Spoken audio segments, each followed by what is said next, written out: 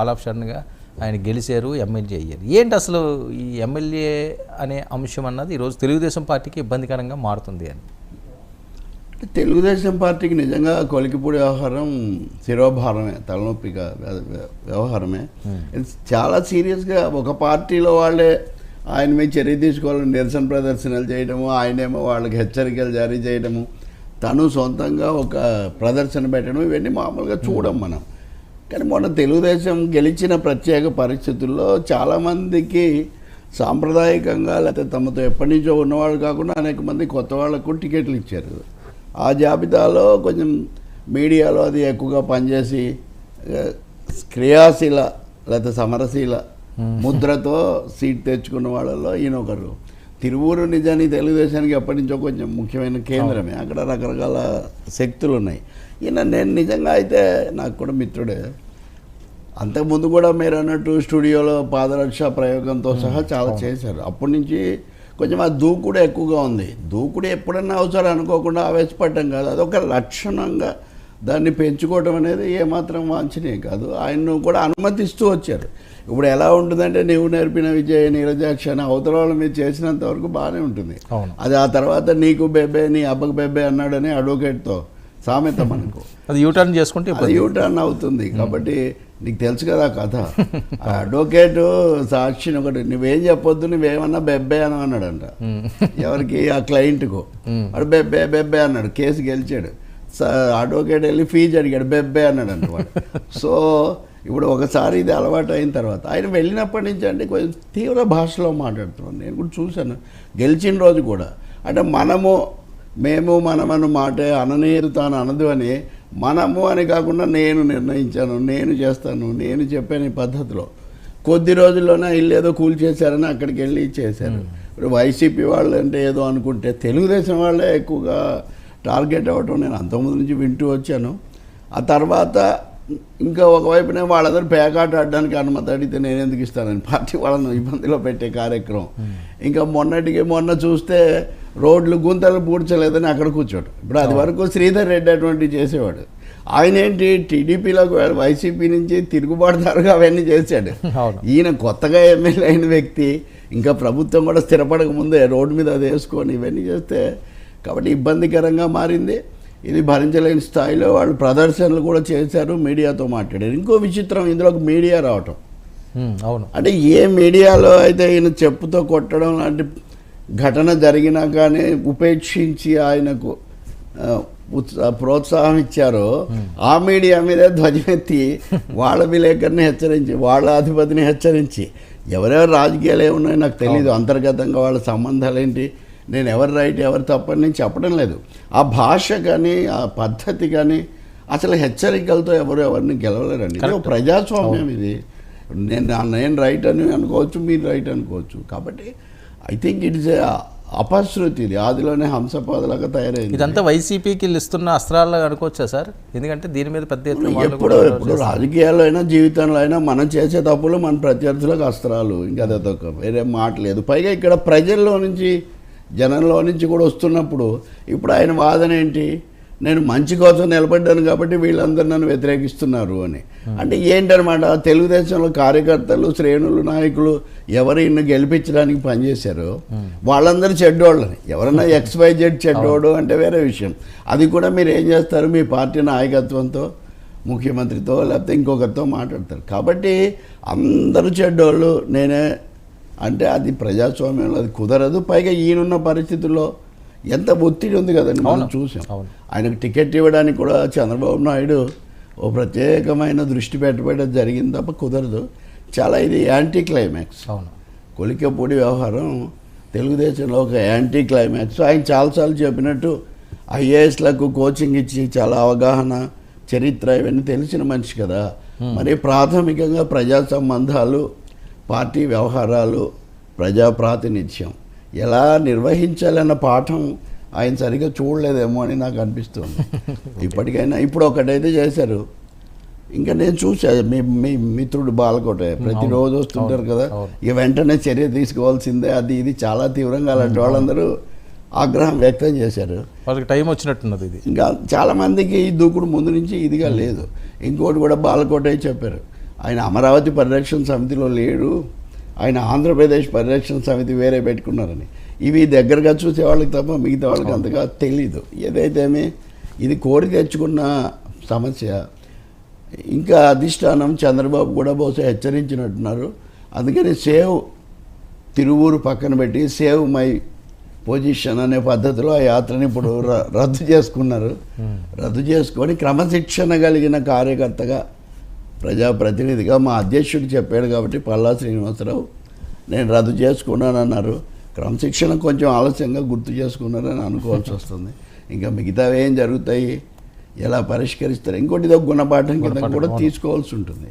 ఇది ఎంతసేపు ఒకటండి, నేను వైసీపీ వాళ్ళకు అది వరకు ఇప్పుడు కూడా చెప్తుంటాను, వీళ్ళకు కూడా రాజకీయం అనేది కేవలం వైసీపీ వర్సెస్ టీడీపీ కాదు. సమాజం ఒకటి ఉంది, పరిణామాలు ఉన్నాయి, ప్రజలు ఉన్నారు, సమస్యలు ఉన్నాయి, విస్తృత కోణంలో చూడాలి. ఇప్పుడు కొంతమంది టీడీపీ మీడియాలోనే పెడుతున్నారు జగన్ను తిట్టడం తప్ప ఈయన ఏం చేయలేదు. అప్పుడు తిట్టినప్పుడు జైలు కొట్టారు కదా వీళ్ళందరూ, బాగా తిడతాడు ఆయన ఇదంతా. కాబట్టి అది సమస్య కాదు. I think you should learn is lesson, నేర్చుకోవాలి. ప్రజా జీవితం వేరు, ప్రతిభా పాఠవాలు లేకపోతే వాక్చాతుర్యం వేరు. ప్రజా జీవితంలో ఎవరైనా నమ్రతగా ఉండాలి, నలుగురిని కలుపుకుపోవాలి, తమకంటే ముందున్న వాళ్ళని గౌరవించాలి. ఇది చాలా ముఖ్యమైనది.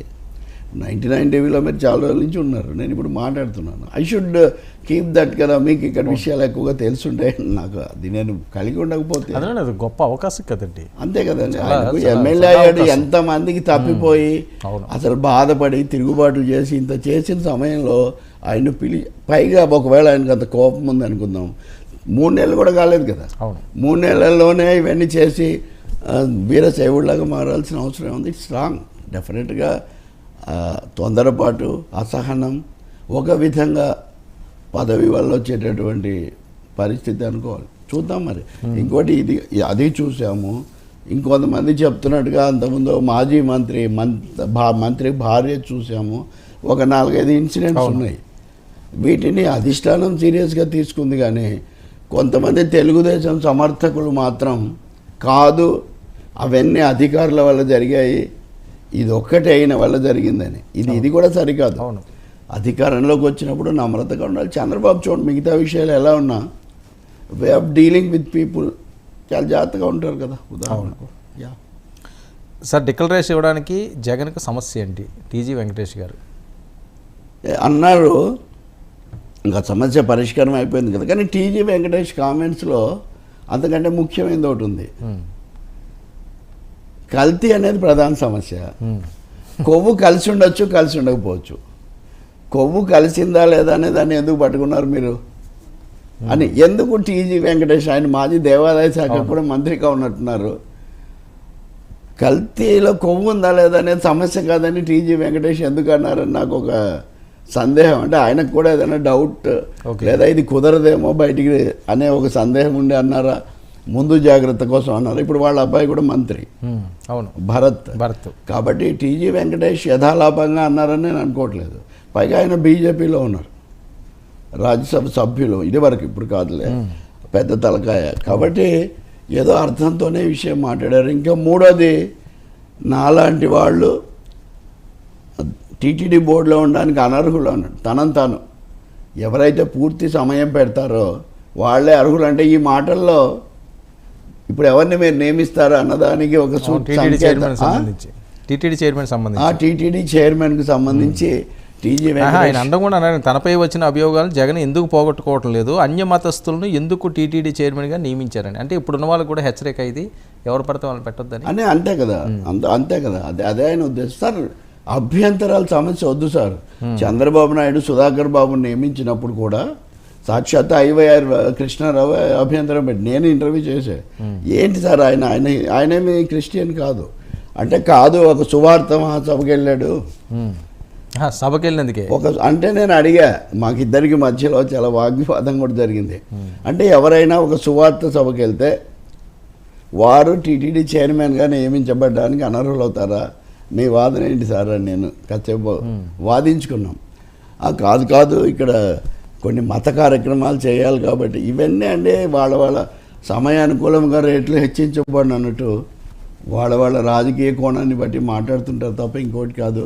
బట్ టీజీ వెంకటేష్ మటుకు చంద్రబాబు తెలుగుదేశం దూకుడు కొంచెం బ్రేక్ కొవ్వు ఉందో లేదో అనే ఒక సందేహం కలిగిస్తున్నారు. రెండవది చైర్మన్ మీరు ఎవరినంటే వాళ్ళని వేస్తే ఒప్పుకోము అవును అనే ఒక సంకేతం కూడా ఇస్తున్నారు. ఓకే కానీ నా కోసం అనుకుంటారేమో అని మళ్ళీ లౌక్యుడు కాబట్టి నేను అనర్హు నాలాంటి వాళ్ళ అనర్హులని ముందే తనని కలుపుకొని మాట్లాడుతున్నారు. ఇవన్నీ చాలా రాజకీయాలండి. బేసిక్గా అండి ఈరోజు భువనేశ్వరి గారు రాజమండ్రిలో ఈ వాళ్ళ ఆరోగ్య సేవా కార్యక్రమం ఏదో ప్రారంభించారు. ఆమె ఆరోగ్య సేవలు ట్రస్ట్ ఇవన్నీ చెప్తున్నప్పుడు ఎన్టీఆర్ ట్రస్ట్ ఇవి చెప్తున్నప్పుడు విలేకరులు ఈ విషయం అడిగారు, లడ్డు ఈ విషయం. ఆమెమో స్పందించలేదు. వీళ్ళు మళ్ళీ అడిగారు, పోనండి లెట్ ఇట్ పాస్ అంటూనే నేను ఆ రాజకీయాల్లోకి పోనండి, భక్తురాలుగా ఇటువంటివి జరగకుండా ఉంటే బాగుంటుందని నేను అనుకుంటున్నాను అన్నారు. మీరైనా అదే అంటారు అనుకుంటా. అది సగటు భక్తులు లేదా సగటు వాళ్ళ యొక్క భావనగా ఉంటుంది తప్ప ఆమె ఆ హుందాతనాన్ని ఆమె కాపాడారు. మీకు ఇక్కడ ఇంకోటి కూడా చెప్పేస్తాను. పవన్ కళ్యాణ్ ఇప్పుడు కార్తీని అడిగారు లడ్డు సమస్య మీద మీ అభిప్రాయం ఏంటని. సార్ అది సెన్సిటివ్ ఇష్యూ మాట్లాడకూడదు అన్నాడు. అన్నందుకు ఆయన మీద విరుచుకుపడి క్షమాపణలు చెప్పించారు.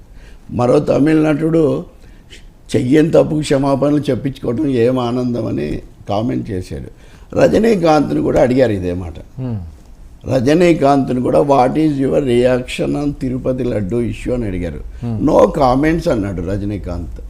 కార్తీ అన్నదానికి రజనీకాంత్ అన్నదానికి తేడా ఏంటండి? మరి ఇప్పుడు రజనీకాంత్ మీద కూడా విరుచుకుపడతారా? అంటే ఎవరెవరైతే లడ్డు విషయంలో పవన్ కళ్యాణ్ లాగా సనాతన మంత్ర జపం చేయరు వాళ్ళందరి మీద ఆయన అభిమానులు ఇప్పుడు వెంటనే జన సైనికులు లేదా పవన్ సైనికులు. రజనీకాంత్ కూడా చెప్పాలి, రజనీకాంత్ మీద కూడా మనం వెళ్ళాలి అని. ఇది చాలా విచిత్రం అండి. ఇప్పుడు ఎవరి రియాక్షన్ వాళ్ళు చెప్తారు, కొన్నిటి మీద చెప్పరు, అన్ని విషయాల మీద చెప్పరు కదా చాలామంది. ఇప్పుడు లెబనాన్లో నస్రత్ అనే ఆయన హత్య ప్రాణాలు తీసి లెబనాన్ దగ్ధమైపోతుంది ఇజ్రాయిల్ వల్ల. వీళ్ళందరూ మాట్లాడుతున్నారు ఇజ్రాయిల్ మీద, చాలామంది మాట్లాడుతున్నాం, వాళ్ళు మాట్లాడలేదే. సో ఎవరికి అంటే మళ్ళీ ఇప్పుడు భక్తులు దాంతో పోలుస్తారంటారు. ఇది అంతు లేకుండా ఉంది. నిన్న అస్సాం ముఖ్యమంత్రి హిమంత బిస్వా శర్మ కాశ్మీర్లో ఎన్నికల ప్రచారంలో పాల్గొంటూ హిందూ సైనికులు చనిపోతే మహబూబా ముఫ్తీకి ఏం పట్టదు, కానీ నస్రత్ను చచ్చిపోయాడని ఒకరోజు ఎన్నికల ప్రచారం ఆపేసింది అని విమర్శిస్తాడు. నా ప్రశ్న, హిందూ సైనికులు ఏంటండి?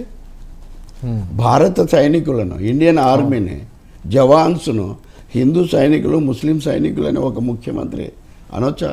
అంటే ఎక్కడికి పోతుందో ఈ మత వ్యవహారం ఏమీ తెలియని పరిస్థితి. సో ఏదో ఒక విధంగా దాన్ని తీసుకొస్తూ ఉండాలి.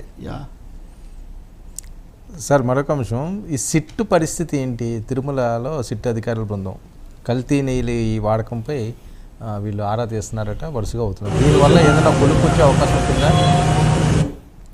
అదేనండి, ఇప్పుడు సిట్టు మీద అయిపోయింది, మొదలైంది, హడలు కొట్టారు, ఇట్లా రకరకాల వార్తలు ప్రచారంలో చేస్తున్నారు. కానీ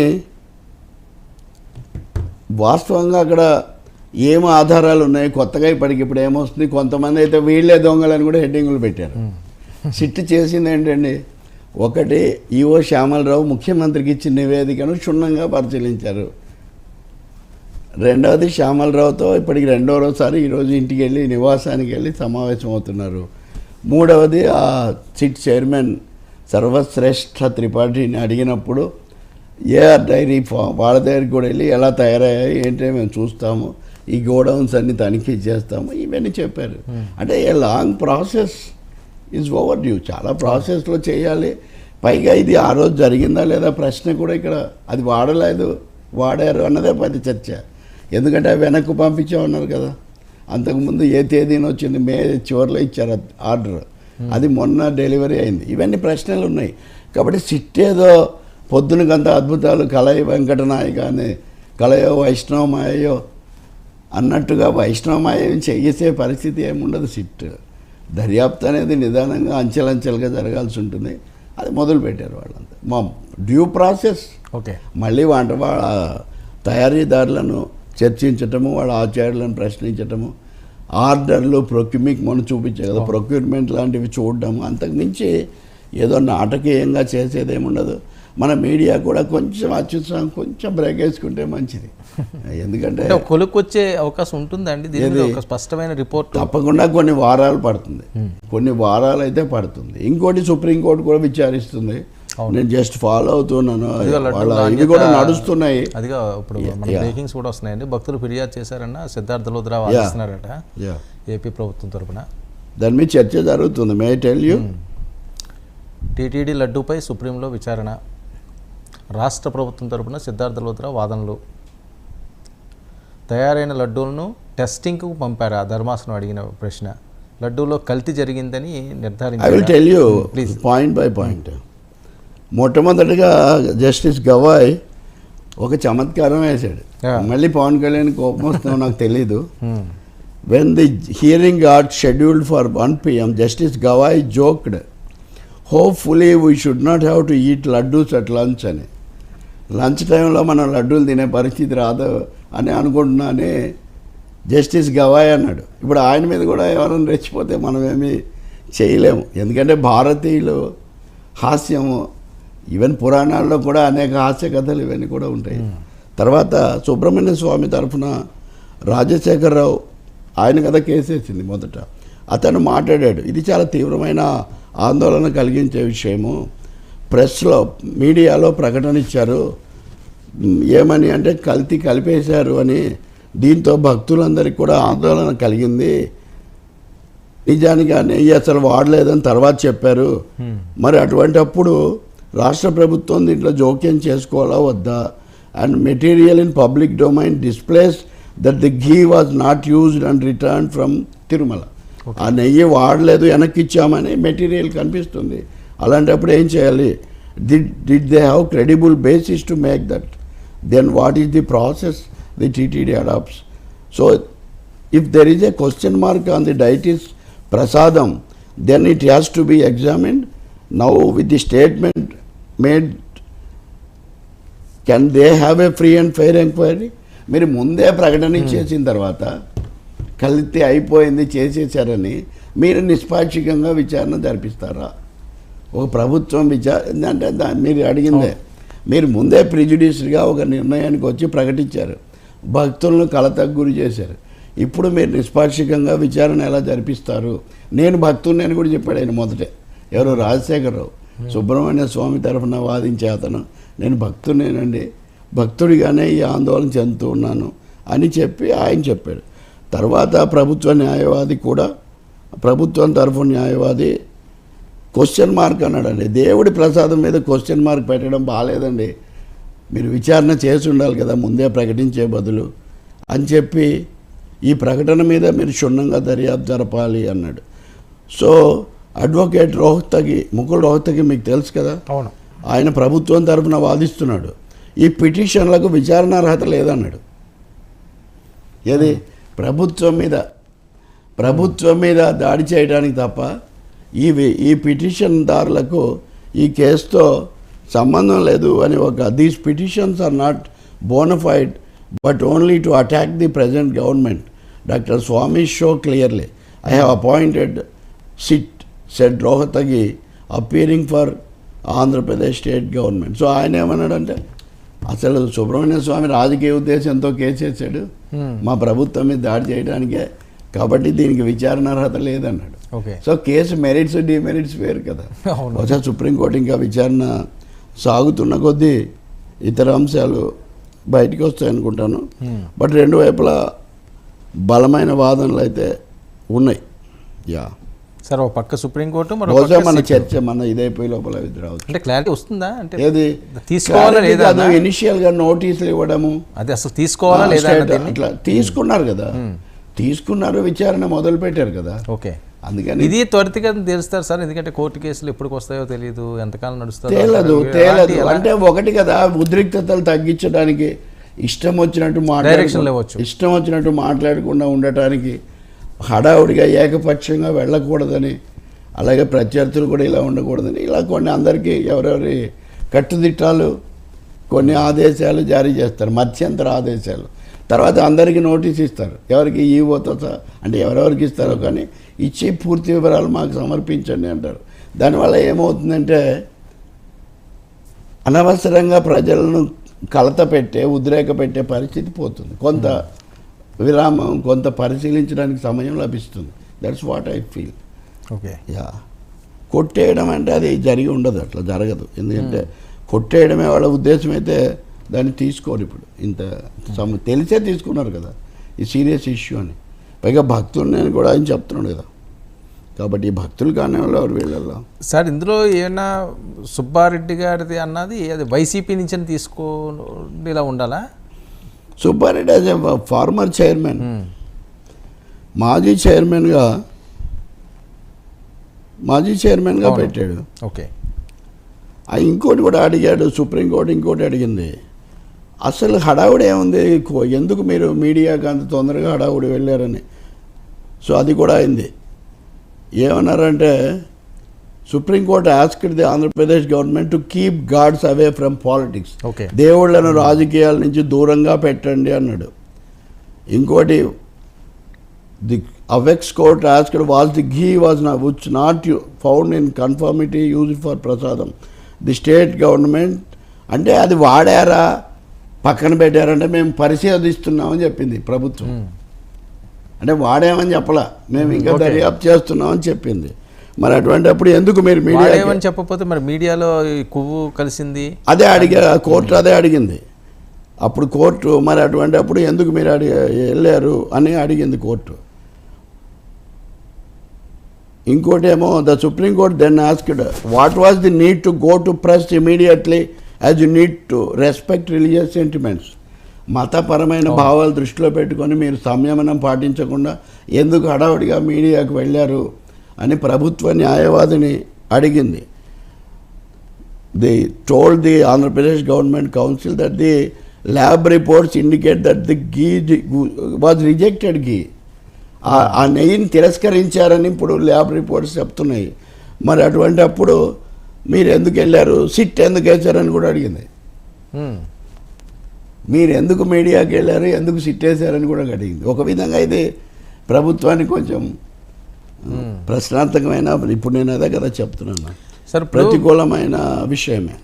సార్ ఇప్పుడు ఈ మాట్లాడడం లేకపోతే ఈ రకమైన మీడియాతోటి దీని గురించి ప్రస్తావించడం అన్న దాని మీద కూడా మందలించి వదిలేసే అవకాశం ఉంటుందా, లేకపోతే ఈ చాలామంది మనోభావాలు అంటే ఒకసారి చర్చ మొదలైంది కాబట్టి చేసి మళ్ళీ భవిష్యత్తులో ఇట్లాంటివి జరగకుండా జనరల్ ఇన్స్ట్రక్షన్స్, జనరల్ థింగ్స్ ఉంటాయి కదా, పెద్ద మనుషుల కోర్టు కదా, సో మొదలు పెట్టారు కాబట్టి ఇంతవరకే పరిమితం అవ్వండి, తొందరపాటు చర్యలేం తీసుకోవద్దండి, ఎవరిని దీంట్లో నిర్ధారించి అని ఇట్లాంటి ఆదేశాలు ఇస్తారు వాళ్ళు.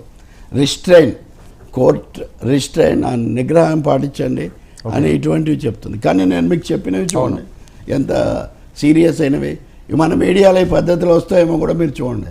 నేను కొంచెం జ్యుడిషియల్ మ్యాటర్స్ ఎప్పుడప్పుడు జాగ్రత్తగా ఫాలో అవుతుంటాను. నేను ఇక్కడ ఉన్నవి చెప్తున్నాను నేను మీకు. నిజానికి తెలుగు మీడియాలో ఇంకా ఇప్పటికీ కొన్ని రావట్లేదు కూడా.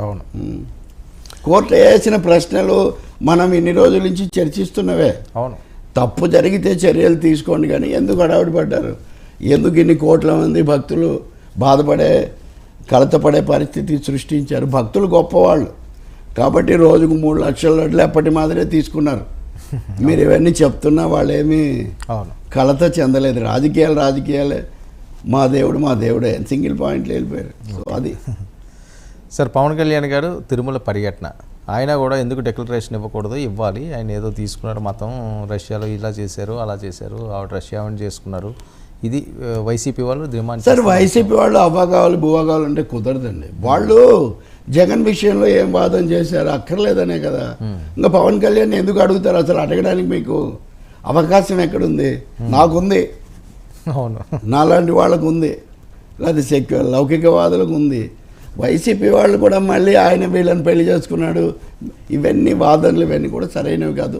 అసలు అదే కదా సుప్రీంకోర్టు చెప్తుంది. సుప్రీంకోర్టు చెప్పేది పవన్ కళ్యాణ్కు జగన్మోహన్ రెడ్డికి కూడా వర్తిస్తుంది, చంద్రబాబు నాయుడుకి కూడా వర్తిస్తుంది. ప్రభుత్వం అంటే వాళ్ళు గతంలో ఉన్న ప్రభుత్వం ఈయనది.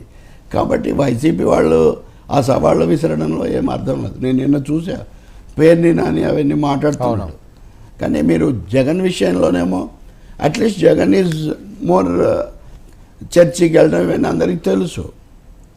మతం ఉందా లేదా ఎవరు ఆయన పత్రాలు చూడలేదు కాబట్టి. అయినా ఎందుకు రాకూడదు అనేది ప్రశ్న అడిగాడు ఆయన, మానవత్వం అని. అది పవన్ కళ్యాణ్ కూడా వర్తిస్తుంది కదా. ఒకవేళ ఆయన ఏదైనా తన వ్యక్తిగతమైన నిర్ణయాల ప్రకారం ఏమైనా చేశారేమో, చేసుండొచ్చు, దాన్ని సాగదీసే అవసరం మీకేమొచ్చింది? సో అసలు ఇది పాలనా సంబంధమైన ప్రశ్న తప్ప మత సంబంధమైన ప్రశ్న కాదు. అవును. ప్రతిపక్షము ప్రభుత్వ పక్షం కూడా మత రాజకీయాల నుంచి బయటపడి మామూలు ప్రజలు భక్తులు ఆ కోణంలో దీన్ని ఆలోచించాలి. పవన్ కళ్యాణ్ మళ్ళీ వీళ్ళు ఆయన భార్య పెళ్ళి ఇవన్నీ తీసుకురావటం అసందర్భమైన విషయం. పైగా తాము ఏదైతే తప్పు పడుతున్నారో అదే మళ్ళీ తప్పు మాట్లాడటం. నేను మిమ్మల్ని ఎందుకు విమర్శిస్తున్నాను అదే మళ్ళీ నేను కూడా తీసుకుంటే అర్థమే ఉందండి. కానీ పవన్ కళ్యాణ్ కూడా సంయమనం పాటించి ఉండాల్సింది, ఆయన కూడా పాటించలేదు. సరే, దేవుడి దగ్గరికి వెళ్ళి ఆయన అందరినీ రమ్మన్నాడు, ఓం నమో నారాయణాయ అని పంచాక్షరి మంత్రం జపించమన్నారు. దాంతో ప్రేరణ పొందిన కీరవాణి గారు దాన్ని రాగం కట్టి పంపించారు. దీనికి కాను పవన్ కళ్యాణ్ ఆయన్ను అభినందిస్తూ సందేశం కూడా పంపించారు. మిమ్మల్ని అనుసరించిన వాళ్ళని అభినందిస్తే ఇబ్బంది లేదు, కానీ మీతో విభేదించిన వాళ్ళ మీద దాడి చేయడం తప్పు, ప్రజాస్వామ్యం కాదు. కీరవాణి గారికి మీరు చెప్పింది విని పాట కట్టే హక్కు ఎంత ఉందో, నేను మాట్లాడినండి అని చెప్పే హక్కు రజనీకాంత్కు, కార్తీక్కి అంతే ఉంది. విభేదించే హక్కు ప్రకాష్ రాజుకు కూడా ఉంది. దానికి ఏముందండి? అంటే రేపు జనసేన వాళ్ళని కానీ లీడర్స్ కానీ ఎవరిని ఆయనతో పాటు రావద్దని వెళ్ళకూడదు కదండి. సెక్షన్ 30 ఇప్పుడు జగన్ ఉన్నప్పుడు ఏవైతే వర్తించాయో అవన్నీ పవన్ కళ్యాణ్ వెళ్ళినప్పుడు కూడా వర్తిస్తాయి కదా. అవును. అసలు ఇంకొంతమంది జనసేన నాయకులు, అందులో ఒక ఆయన తిరుపతిలో ఒక ఆయన ఆస్థాన ప్రవక్త ఒక ఆయన ఉంటాడు, చాలా తీవ్రమైన భాషలో అనవసరమైనవన్నీ మాట్లాడుతున్నారు. ఏదో కాలము అనుకూలంగా ఉందని మనం అవసరాన్ని మించి దాన్ని కనుక పెంచుకుంటే ప్రజలకే మంచి జరగదు. దానివల్ల ఎప్పుడైనా ప్రశాంతత, సంయమనం కావాలి. సో 3 రోజులు ప్రశాంతంగానే. అసలు మతం ఏంటండి? నేను మళ్ళీ మీకు చెప్తున్నాను, మీరు గూగుల్లో కొట్టి చూడండి లేదా పురాణాలు తిరగేయండి. చిన్నజీయర్ స్వామి గారి ప్రసంగాన్ని వినండి. ముస్లిం రాజు గారి కుమార్తె అయినటువంటి ఆమె బీబీ శ్రీనివాసుని ప్రేమిస్తే రామానుజ స్వామి, ఆయన రామానుజ విగ్రహమే కదా పెట్టారు, ఆమెను బీబీ నాంచారి అని ఆమెకు నామకరణం చేసి మరీ కలుపుకున్నారు. ఈ మతాలు కులాలు ఇవన్నీ భక్తి ఉద్యమంలో భాగం. ఈ రామానుజాచార్యుల వారే దీన్ని ఆమోదించారని చెప్పారు. వెంకటేశ్వర స్వామికి లేని అభ్యంతరం అసలు వీళ్ళకంతా ఏంటో నాకు అర్థం కాదు, ఈ మతాల గొడవ ఏంటో. సో వెంకటేశ్వర స్వామికి పవన్ కళ్యాణ్ రష్యన్ మహిళను చేసుకుంటే ఆయనకేం అభ్యంతరం ఉండదు, అది ఆయన వ్యక్తిగత జీవితం. సో నేను చెప్తున్న చాలామందికి తెలియంది, చిన్నజీయర్ స్వామి గారు ఆమెకు నాంచారి అనేటటువంటి పేరు కూడా పెట్టింది రామానుజాచార్యులు నామకరణం చేశారని ఆయన చెప్తూ ఉన్నారు. కాబట్టి తెలుసుకోవాలి కదా మనం కొంచెం. మత సామరస్యము, మనుషులమై మనమంతా కలిసి ఉంటాము అని. తదుపరి విచారణ అక్టోబర్ 3కి వాయిదా వేసింది. అంతే కదా. అది కూడా అంటే హడావుడి పడకండి. 3 అంటే 3 రోజులే అనుకోండి, గురువారం కాదు. సరే 3 రోజులు. అందుకనే చేసిన వ్యాఖ్యలు ఎక్కువగా ప్రభుత్వాన్ని కొంచెం క్వశ్చన్ చేస్తున్నట్టుగా ఉన్నాయి. సరే 3 రోజులు ప్రశాంతంగా సాగే విధంగా అన్ని చర్యలు తీసుకుంటారంటారా టీటీడీ? తప్పకుండా తీసుకోవడం వాళ్ళ బాధ్యత, వాళ్ళ కర్తవ్యం. ప్రజలు కోరుకునేది కూడా అదే. సరే నామినేటెడ్ పదవులు 2వ జాబితా సెకండ్ లిస్టులో ఎవరికి ప్రాధాన్యత దక్కుతుందని ఒక పక్క ఉత్కంఠ ఉంటూనే మరొక వైపు ఏవో లిస్టులు వస్తున్నాయి. జనసేనకి 3 టీటీడీ పాలక మండలిలో ఇస్తున్నారు, బ్రహ్మోత్సవాలు ఉన్నాయి, అందువల్ల హై ప్రయారిటీ వాళ్ళకి ఇస్తున్నారు. అలాగే నాగబాబు గారికి ఏదో రాజ్యసభను చాలా వస్తున్నాయి. మీ సమాచారం ఏంటి? మీకే తెలియాలి సమాచారం. నాకున్న సమాచారం చెప్తే ఫీల్ అవుతారు కొంతమంది. చెప్పండి, పర్లేదు. జనసేనకి అయితే ఒక 2 కన్ఫర్మ్ అయినాయి. మనం అనౌన్స్ చేయొచ్చు చేయకూడదు. ఆనంద్ సాయి గారికి ఒకటిని, ఆయన దగ్గర ఉన్న ఇంకొక ఆయన గుళ్ళుగా పెట్టి దాకా అటాచ్డ్ కదా, వాళ్ళకి ఇస్తున్నారని చెప్పి వస్తున్న టాక్ సార్. మరి చూడాలి. ఓకే, అందుకే కదా టీజే వెంకటేష్ మాట్లాడుతున్నాం. సరే, ఎనీవే నామినేటెడ్ పోస్టులో మొదటి దఫాలో తీవ్ర అసంతృప్తి రావటము. ఇప్పుడు కోలికపూడి అంటే ఇట్లా అయింది, కానీ అంతకుముందు కూడా కొంతమంది మాట్లాడటం. చంద్రబాబు నాకు తెలిసిన ప్రకారం బయటపడి ఆగ్రహించిన వాళ్ళను కొంతమందిని దూరంగా కూడా పెట్టారు తెలుగుదేశం వాళ్ళ అంతర్గత చర్చలకు వాటికి పిలవకుండా. అంటే వాళ్ళు పర్వాలేదు అన్న వాళ్ళనేమో బుజ్జగించి హామీ ఇచ్చారు, కాదు కొంచెం మరీ శృతి మించిందన్న వాళ్ళని తాత్కాలికంగా కొంచెం పక్కన కూడా పెట్టారు. సో కఠినంగా ఉండకపోతే ఇది కుదరదు అని. రెండో జాబితాలో ఎవరెవరికి వస్తారో చూడకుండా ఎందుకు మీరు ఆవేశపడ్డారు, చాలామందికి న్యాయం జరుగుతుంది అని వాళ్ళు చెప్తున్నారు. మరి ఏమేమి న్యాయం జరుగుతుందో తెలియదు. 2 ఎమ్మెల్సీ సీట్లు కూడా వస్తాయి. అవును, అందులో ఒకటి వర్మకు, ఇంకోటి ఒక ఆయన ఉన్నాడు. ఈ వీటితో అంటే పోటీ కృష్ణా, గుంటూరు, ఉభయ గోదావరి జిల్లాల నియోజకవర్గ పట్టభద్రులు వాటికి జరుగుతాయి. అక్కడ పోటీ పెడతారని ఒక ఇది పోటీ పెడితే అవి 2 యూటీఎఫ్, అవి 2 పీడిఎఫ్కు ఉన్నాయి. ఐ వెంకటేశ్వరరావు, లక్ష్మణరావు. అది తొందరలో అయిపోతుంది పదవీ కాలం. సో అక్కడ వీళ్ళని పోటీ పెడతారు పార్టీ తరఫున అని అంటున్నారు. అంటే నామినేటెడ్ కాదు. అవును, అది నామినేటెడ్ కాదు. మరి అది నిజమైతే మటుకు వర్మ గారు ఈ పేరు ఇవి ఎవరు విడుదల చేస్తున్నారో ఉండాలి, మళ్ళీ పనిలో దిగాల్సి వస్తుంది. నామినేటెడ్ జాబితా అయితే తయారవుతుంది. ఎవరు తొందరపడొద్దని పదే వాళ్ళు చెప్తున్నారు. అంటే ఒక 17 మంది. బట్ రాజ్యసభకు నాగబాబుని పంపితే అది పెద్ద డెవలప్మెంటే అవుతుంది. ఎందుకంటే వాళ్ళకి రాజ్యసభలో ప్రాతినిధ్యం రావటం మొదటిసారి అవుతుంది. రెండో తెలుగుదేశానికి కూడా ఇప్పటివరకు లేదు కదా. సో అదొక సమస్య. బీజేపీకి కూడా ఒకటైనా ఇప్పించాలి అనే ఒకటి కూడా ఉంది.